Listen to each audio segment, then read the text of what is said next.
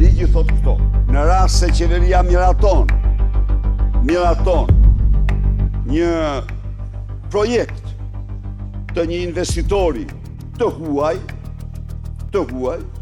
i cili është bazuar në dokumenta origjinale shtetërore, pronësie, kadastre, dokumenta origjinale, çdo problem që lind pas miratimit të qeverisë, qeveria i përgjigjet palës.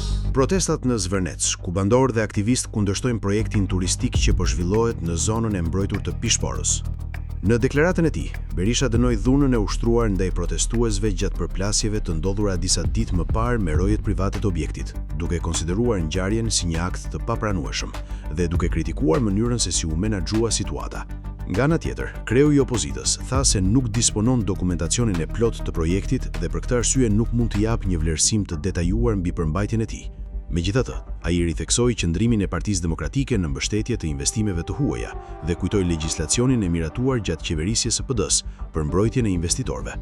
Sipas Berishës, ligji i asaj kohe synonte të garantonte siguri juridike për investitorët e huaj, duke parashikuar që çdo problem që mund të lindte pas miratimit të një projekti të zgjidhej nga shteti. Ai argumentoi se kjo politikë ishte hartuar për të shmangur konfliktet mbi pronësinë dhe për të krijuar një klimë më të favorshme për investimet në Shqipëri. Gjatë reagimit të tij, Berisha nuk u ndal te hetimet e SPAK për tjetërsimin e pronave në Zvërnec, por e fokusoi qëndrimin tek nevoja për mbështetjen e investimeve të huaja dhe respektimin e garancive ligjore për kompanitë që investojnë në vend.